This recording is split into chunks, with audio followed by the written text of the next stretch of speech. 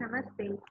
I, Javian Ranima, Assistant Professor in Jayoti Vidyapith Women's University, Faculty of Education and Methodology, Department of Science and Technology. In this session, we will discuss about how many types of drawing sheet and which type of sheet we will use in engineering drawing. Second thing is we will talk about the title block. So firstly, we are start from drawing sheet. So what is drawing sheet?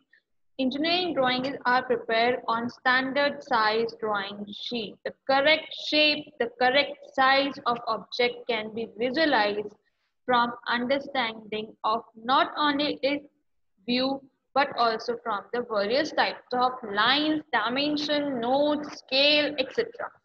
For uniformity, the drawing must be drawn as per certain practice standard. Okay, so this chapter, this session, we will discuss about what kind of the scales, what kind of lines, what kind of dimension, notes, etc. Which everything we will put into a title box, and what kind of drawing sheet we will use in this engineering drawing so हमारे engineering drawing में को बनाने से पहले मैं बात करूंगी हमने अब तक क्या किया कि बहुत सारे शीट्स पे वर्क किया है बहुत सारी शीट्स कैसे एग्जांपल देती हूँ अभी तक आप जिस शीट को यूज कर रहे थे वो शीट आपकी थी A4 साइज की शीट A4 साइज की शीट पे आप क्या करते थे लिखने का काम करते थे ठीक है आपके स्कूल्स में आपके रजिस्टर्स हो गए आप अगर प्लेन जो पेपर होता है अपना विदाउट लाइनिंग वाला अगर आप यूज करते होंगे तो वो क्या था हमारा A4 साइज का शीट था अगर हम मार्केट में जाते थे तो हम यही बोलते थे A4 शीट साइज का बंडल दे दीजिए तो वो बंडल हमारा आता था A4 शीट का ठीक है अब क्या हुआ कि उसके बाद हमारे पास आता थी एक ड्राइंग बुक आती थी ड्राइंग बुक में हमको स्कूल्स टाइम में क्या होता करना होता था उस पर ड्रॉ करना होता था तो वो चीज हमारा क्या होता था वो डायमेंशन हमारी कौन सी होती थी वो भी हमारा एक शीट की डायमेंशन थी जो कि A3 हुआ करती थी A3 समटाइम्स A2 समटाइम्स ठीक है इट डिपेंड्स ऑन हमारे किस टाइप की हमारी ड्राइंग्स हो रही है किस टाइप का हमारा स्कूल्स या जो भी है अलाउ कर रहे हैं हमको उस पर ड्रॉ करने के लिए ठीक है तो हमने दोनों तरह की कर लिया A3 पे भी कर लिया A2 पे भी कर लिया समटाइम्स A4 पे भी हम ड्राइंग कर लेते थे एज पर हमारा क्लासेस चल रही है हमने हमारे पास दिखा और हमने ना हमारी कॉपीज में ही ड्रॉ कर लिया तो वो चीज क्या थे हमारी नॉर्मल ड्राइंग जो आज तक हम करते हैं वो सारी चीजें ठीक है अब हमने क्या करना है हमने जो स्टैंडर्ड साइज है हमारा इंजीनियरिंग ड्राइंग को करने का वो हमारा क्या है A0 वाली जो शीट है उसमें हम क्या करेंगे हमारी जितनी भी इंजीनियरिंग ड्राइंग है जितने भी ऑब्जेक्ट्स हैं उनको 2D में हम क्या करेंगे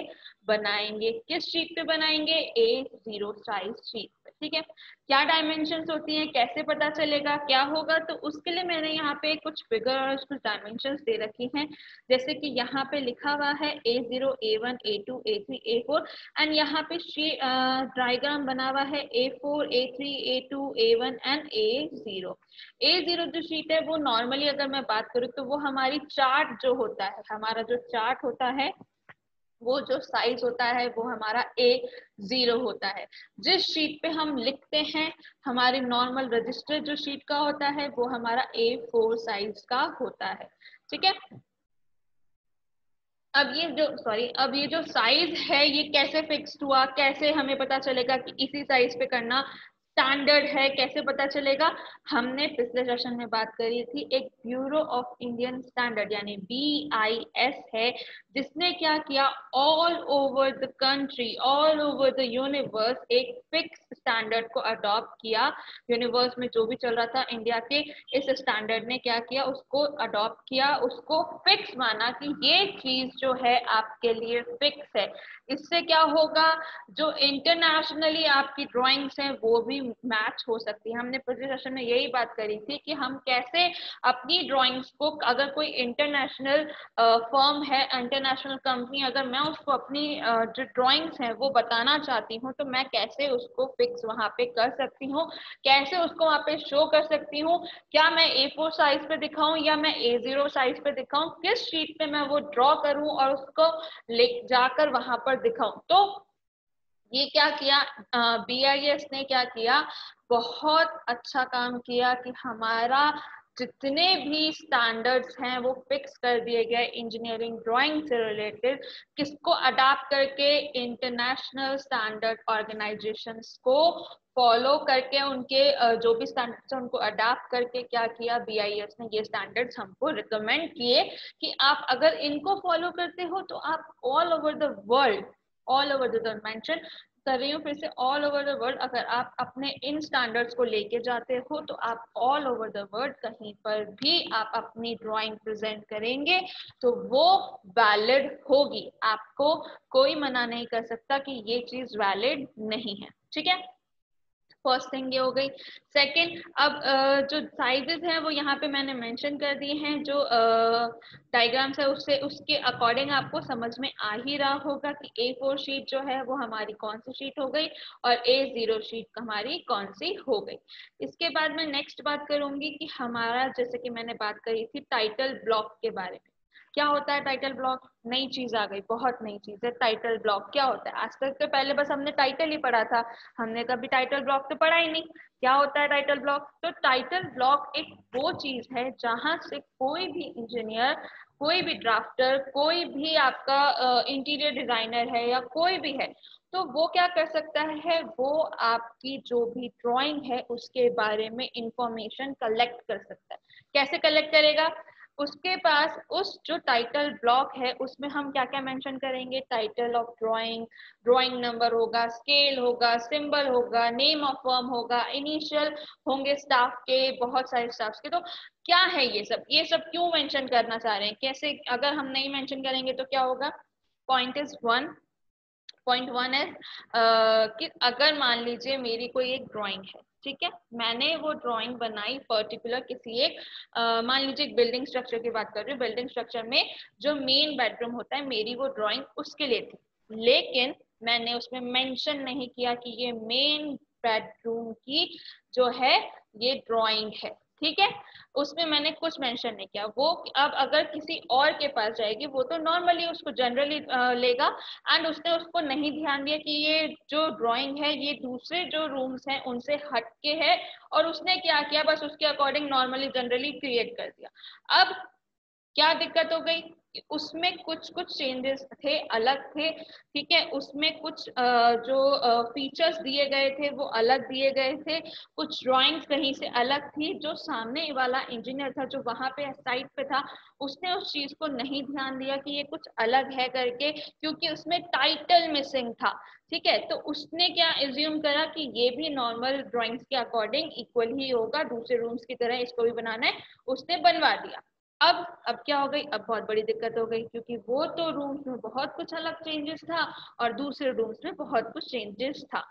ठीक है, तो दोनों में चेंजेस थे, लेकिन अब क्या हुआ, दोनों सिमिलर बन गए। अब उसको दोबारा तोड़वा के बनाया भी नहीं जा सकता, क्योंकि उसकी कॉस्ट बहुत ज्यादा हो जाएगी अगर हम उसको तोड़वा के, डिमोलिश करके दोबारा बनाना चाहें तो। ठीक है, तो ये चीज होती है इम्पॉर्टेंट कि अगर आप अपनी ड्राइंग का टाइटल नहीं लिखेंगे, अगर आप उसमें मेंशन नहीं करेंगे, तो ये ऐसी छोटी छोटी बहुत सारी और समटाइम्स बड़ी बड़ी प्रॉब्लम्स भी क्रिएट हो सकती है। हमें पता ही नहीं चलेगा कि वो ड्राइंग एक्चुअल में किस चीज के लिए है, क्या हम उसमें बनाने जा रहे हैं या क्या हमने उसमें बनाया है।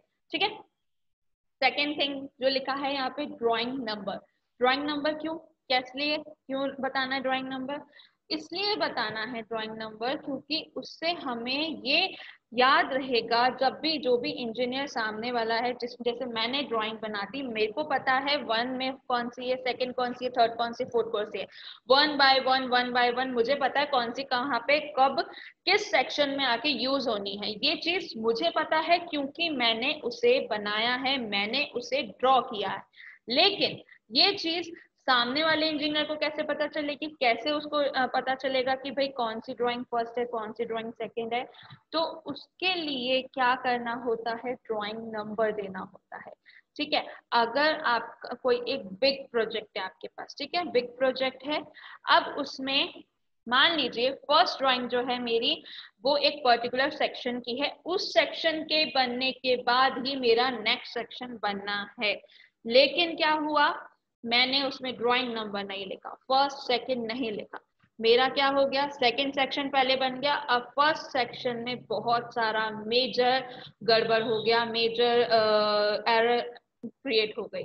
तो उससे क्या होगा, वो जो सेकंड सेक्शन पहले बना उसको फिर से हटाना पड़ेगा, कॉस्ट बढ़ गई, उसकी मटेरियल मुझे ज्यादा लाने पड़ेंगे, लेबर ज्यादा कलेक्ट करनी पड़ेगी, ठीक है, सब कुछ मेरा एक्स्ट्रा टाइम, सबसे इम्पोर्टेंट कॉस्ट का पैसा, कॉस्ट यानी पैसा और टाइम मेरा बहुत ज्यादा अज्यूम हुआ, कंज्यूम हुआ वहां पर, और उस कंजम्पशन से क्या हो गया, मेरा बहुत बड़ा लॉस हो गया।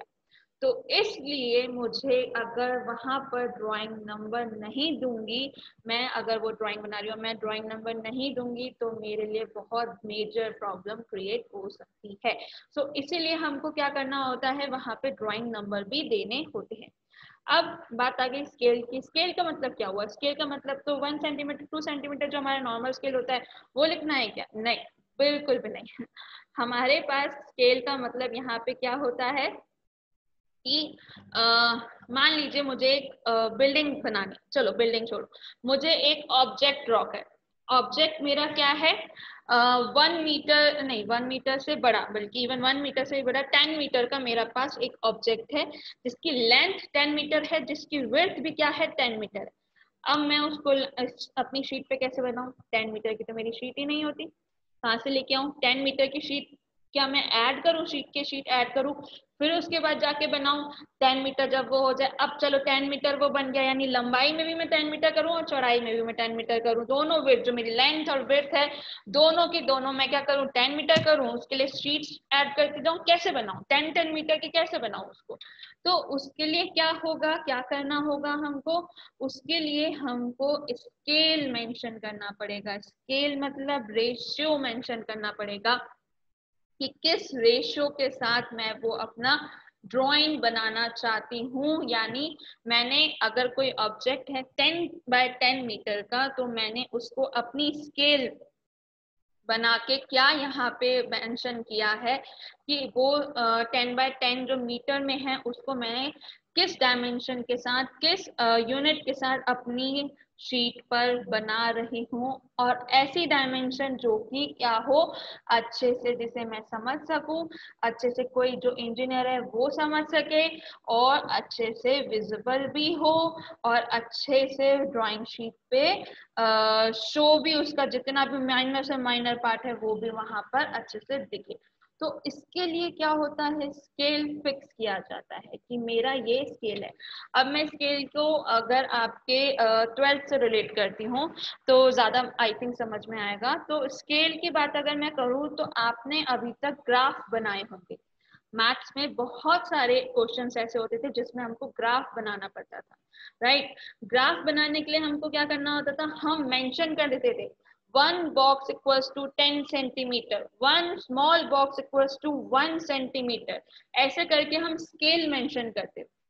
दैट इज द पॉइंट कि हमारा जो वहां पे स्केल मेंशन किया, सिमिलरली हमने क्या किया, हमारी शीट को बनाने के लिए, हमारी शीट पे वो ऑब्जेक्ट बनाने के लिए स्केल मेंशन किया कि 1 जो हमारी लेंथ है वो उसकी एक्चुअल लेंथ के किस रेशियो में वहां पर बन रही है, ताकि उस जो ड्राइंग है उसको एक्चुअल ड्राइंग से रिलेट किया जा सके, उस एक्चुअल ड्राइंग के अकॉर्डिंग हम उसको बना सके, एक्चुअल ऑब्जेक्ट के अकॉर्डिंग हम उसको बना सके।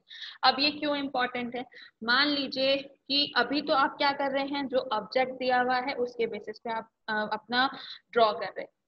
आगे चल के अगर मान लो कि मुझे अपने इमेजिनेशन से एक मैप ड्रॉ करना है, ठीक है, मैं बिल्डिंग की फिर से एक एग्जांपल लूंगी, बिल्डिंग का मैप मुझे ड्रॉ करना है, वो बिल्डिंग बनी नहीं है लेकिन वो बिल्डिंग बनेगी, ठीक है। अब मुझे उस बिल्डिंग का सिर्फ इतना पता है कि वो कितने एरिया की है, दैट मीन्स वो कितने बाय कितने की है। ठीक है, तो मुझे सिर्फ उतना सा आइडिया है। अब मुझे उस पूरे एरिया में, जो उस पर्टिकुलर बिल्डिंग का एरिया मुझे गिवन है, उसमें मुझे क्या करना है, हर एक चीज का डायमेंशन फिक्स करते हुए, हर एक रिक्वायरमेंट, जो भी क्लाइंट या जो भी कस्टमर है हमारा, जो हमसे रिक्वायरमेंट्स है उसकी, उसको सबको क्या करना है, फिल करते हुए मुझे वो चीजें मेंशन करनी है, वहां पे ड्रॉ करनी है। तो इसके लिए मुझे क्या चाहिए कि मुझे स्केल पता हो कि मैं कितने स्केल से उसको बना रही हूँ। अगर मैंने वहां पे स्केल मेंशन नहीं किया, मैं भूल गई, मेरे दिमाग से निकल गया एंड मैंने वहां पे अपनी ड्राइंग में स्केल मेंशन नहीं किया, तो मैंने बनाया, मुझे पता है कितने स्केल से वो काम किया गया है, किस हिसाब से वो काम किया गया है, एंड अगर कोई मुझसे पूछेगा तो मैं बड़े इजी में बता सकती हूँ। लेकिन अगर यही सेम चीज पूछी गई जो साइट पर इंजीनियर है उससे, तो वो ब्लैंक है, क्योंकि उसको तो यही नहीं पता कि अगर मैंने जो 10 सेंटीमीटर का कोई एक एरिया लिया है वो एक्चुअल में कितना होगा। 10 सेंटीमीटर तो कैसे भी करके आप वहां पर नहीं बना सकते। अगर मैं कोई एक रूम 10 बाय 10 सेंटीमीटर का वहां अपनी ड्राइंग में शो कर रही हूँ, तो उसका कुछ तो भी एक स्केल होगा जिसको लेके मैंने वो बनाया। उसको एक्चुअल फील्ड में अगर मैं रिलेट करूँ 10 by 10 centimetre, centimetre, mark my word, centimetre, ठीक है, तो मैं सेंटीमीटर में कोई 10 बाय 10 सेंटीमीटर का कोई रूम मैं क्रिएट नहीं कर सकती, कोई भी क्रिएट नहीं कर सकता, और अगर क्रिएट कर दिया तो उसमें कोई रह नहीं सकता। ठीक है, ये बहुत जनरल और बहुत कॉमन सी बात है। तो इसके लिए हमको क्या करना होता है, हमको स्केल मेंशन करना पड़ता है। स्केल मेंशन करा तो उससे क्या हुआ, मुझे पता चला, सॉरी, जो मैंने 10 बाय 10 सेंटीमीटर का मैंने जो स्केल रखा, बनाया, रूम बनाया था, और मैंने उसके बाद क्या किया, स्केल रख दिया कि ये जो 10 सेंटीमीटर है वो मल्टीप्लाई बाय 100 होगा, या मल्टीप्लाई बाय 50 होगा, या मल्टीप्लाई बाय जो भी मैंने उसमें वैल्यू रखी वो होगा, और उसके बाद जाके वो क्या होगा, रूम क्रिएट होगा मेरा। ठीक है, तो वो चीज हो गई हमारा स्केल। इसलिए स्केल भी इम्पॉर्टेंट है, जो कि हमारा टाइटल ब्लॉक में लाई करता है, चाहे वो कोई सा भी टाइटल ब्लॉक हो, किसी भी फर्म का हो, किसी भी कंपनी का हो, चाहे वो मैकेनिकल वाला बनाए, चाहे वो सिविल वाला बनाए, चाहे वो कंप्यूटर ग्राफिक्स वाला बनाए, सॉरी ग्राफिक्स वाला बनाए, कोई भी उसे बनाए, उसमें उसको स्केल तो देना ही पड़ेगा। ठीक है, इसके बाद मैं बात करती हूँ symbol denoting and the method of projection की। तो इसके बारे में, इस पर्टिकुलर इस पॉइंट के बारे में हम आगे पढ़ेंगे, क्योंकि हमारा ये क्या है, symbol denoting of method of projection, method of projection क्या है, प्रोजेक्शन क्या है, इसके बारे में हम आगे पढ़ेंगे। सॉरी, ठीक है।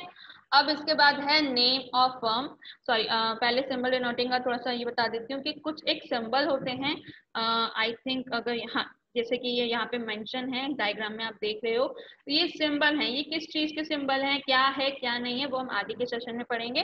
तो आपके लिए अभी बस ये है कि सिंबल डिनोटिंग भी हम लोग यहाँ पर मेंशन करते हैं।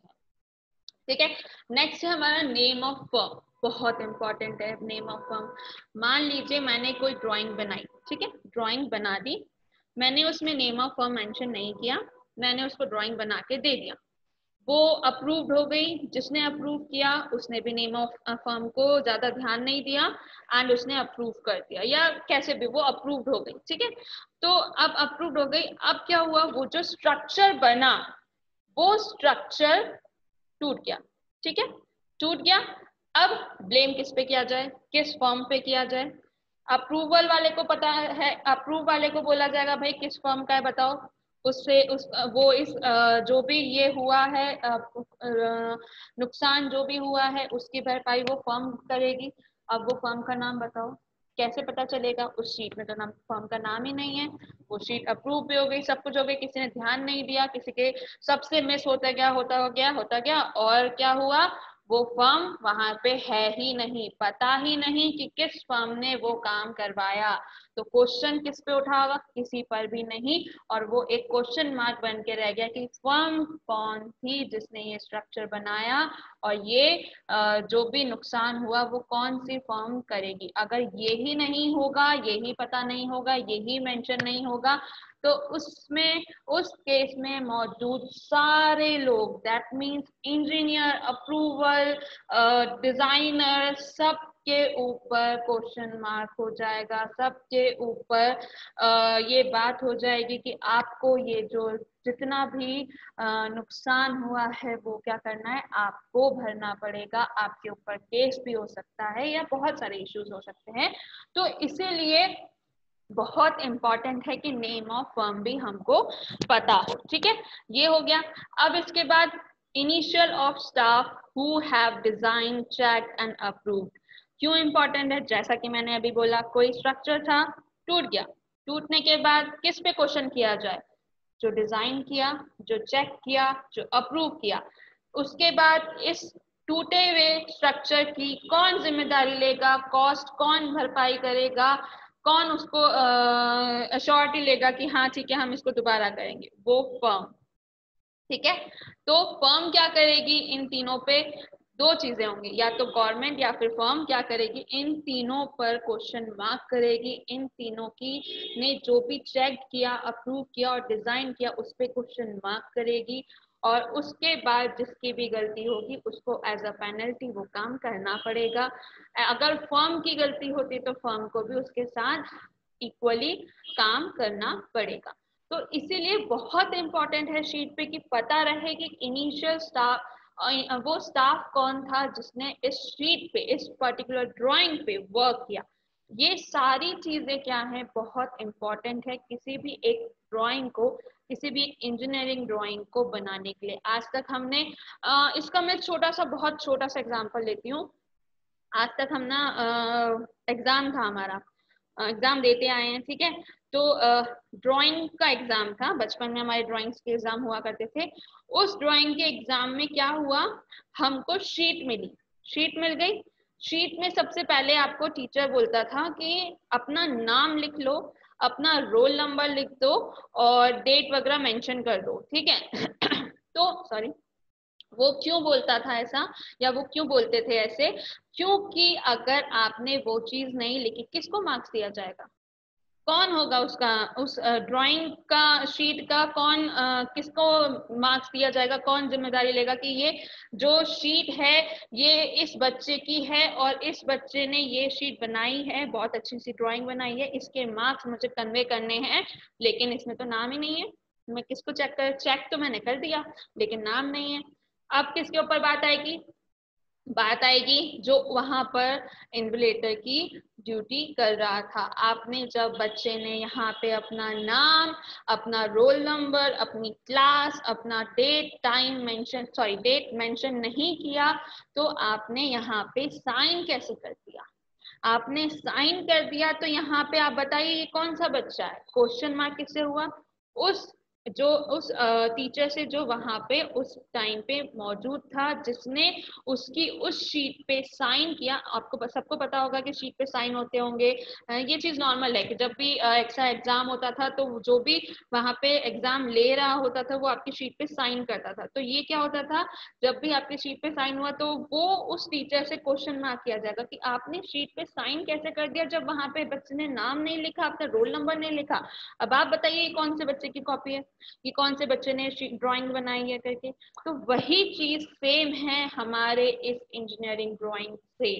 अगर ये सारी चीजें मेंशन नहीं है तो क्वेश्चन मार्क होगा कि अगर ये नहीं है तो भाई कहाँ से, कौन सा, किसने किया, क्या ड्राइंग बननी थी और क्या बन के आ गई, क्या स्केल रखा था, हमें तो पता ही नहीं, हमने तो कुछ भी अपने अकॉर्डिंग स्केल मान लिया और कर लिया। ड्राइंग तो गड़बड़ हो गई, स्ट्रक्चर गड़बड़ हो गया, स्ट्रक्चर तो 2 दिन नहीं टिक पाया, दूसरे दिन ही उठ गया।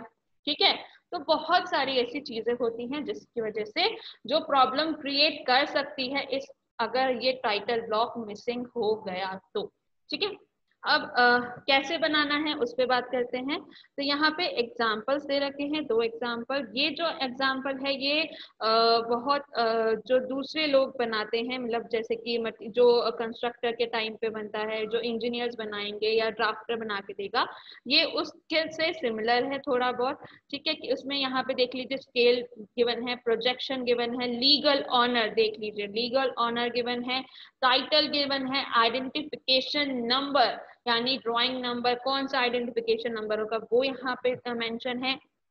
ठीक है, DRN, drawing number, CHDN, APPD, name, date, material, tolerance, finish, सब कुछ यहाँ पे क्या है मेंशन है, और उसकी साइज भी मेंशन है 170 एंड 65। अब ये 170 एंड 65 की यूनिट क्या है, तो बच्चों इसकी यूनिट है mm। ठीक है, 170 mm एंड 65 mm। ठीक है, अब जो आपको आपके लिए यूजेबल है वो क्या है, आपका ये वाला डायग्राम। ये डायग्राम वो डायग्राम है जो आपको अपनी शीट पर बनाना है। शीट पर बनाने के लिए आपका जो टाइटल ब्लॉक बनेगा वो आप प्लीज मेंशन कर लीजिए कहीं पर भी, रजिस्टर में या कहीं पर भी आप इसको नोट डाउन कर लीजिए कि आपका जो टाइटल ब्लॉक बनेगा वो 150 mm और 50 mm का बनेगा। उसमें जो 150 mm है उसके 3 डिवाइडेशन होंगे, 50 50 50 mm के। जो 50 mm है उसके 4 डिवाइडेशन होंगे, 20 10 10 10 के। ठीक है, उसमें से सबसे पहले ब्लॉक में आएगा name of student, second block और थर्ड ब्लॉक एक साथ होगा 20 mm वाले का, उसमें आपका टाइटल आप मेंशन करेंगे। उसके बाद 10th यहाँ पे लिखा है क्लास, आप लिखेंगे प्रोग्राम, क्योंकि आपका क्या चलता है, अब से क्लासेस क्या हो गई हैं, आपकी प्रोग्राम में कन्वर्ट हो गई हैं। तो आपका यहाँ पे क्या मेंशन होगा, प्रोग्राम। प्रोग्राम में क्या मेंशन होगा, diploma first year, DET first year. ठीक है, फिर और इसी तरह बीटेक में अगर आप होंगे तो बीटेक फर्स्ट ईयर। ठीक है, तो जो भी आपका प्रोग्राम है आप वहां पे मेंशन करेंगे।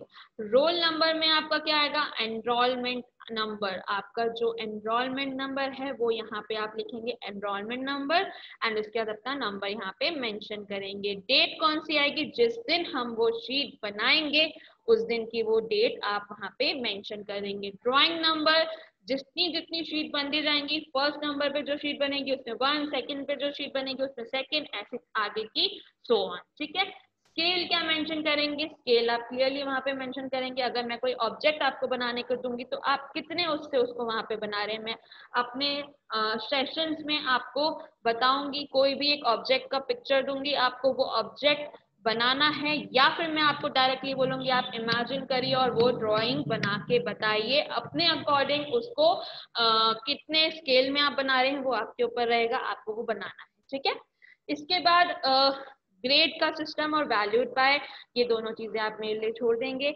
और स्केल आपको यहाँ सॉरी प्रोजेक्शन आपको यहाँ पे मेंशन करना पड़ेगा। अब ये प्रोजेक्शन क्या होगा, किस तरह से मेंशन होगा, ये हम आगे के सेशंस में पढ़ेंगे जब हम प्रोजेक्शन वाले पॉइंट पे पहुंचे। ठीक है, आई होप ये क्लियर होगा। ठीक है, इसके बाद ड्राइंग शीट लेआउट, बहुत इंपॉर्टेंट चीज।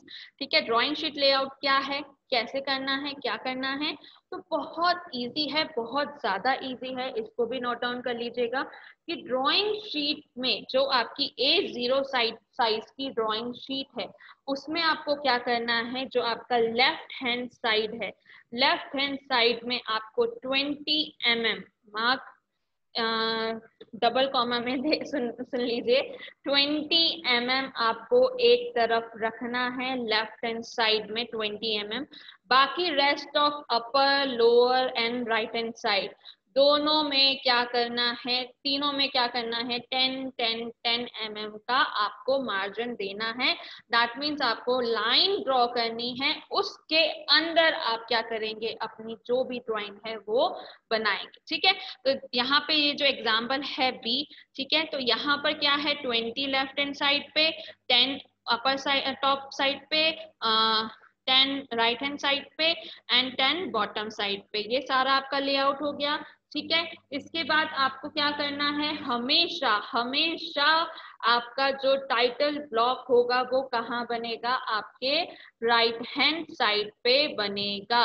तो आपको क्या करना है, राइट हैंड साइड पे अपना एक टाइटल ब्लॉक यहाँ पे बनाना है। इसका साइज क्या होगा, इसका कैसे बनाना है, तो ये रहा, मैंने बताया था अभी 150 एंड 50 का बनेगा और ये सारे ब्लॉक्स उसमें बनेंगे, ये सारे उसमें जो चीजें हैं वो मेंशन करी जाएं। ठीक है, आई होप ये क्लियर है यहाँ तक, क्या होगा, कैसे होगा, किस तरह से होगा। ठीक है, if you have any query about drawing sheet, about title block, about layout, then please mention in the comment box. I'll resolve it. This session is powered by Digital Version 2.0 Jayavati Vidyapeeth Women's University. Thank you.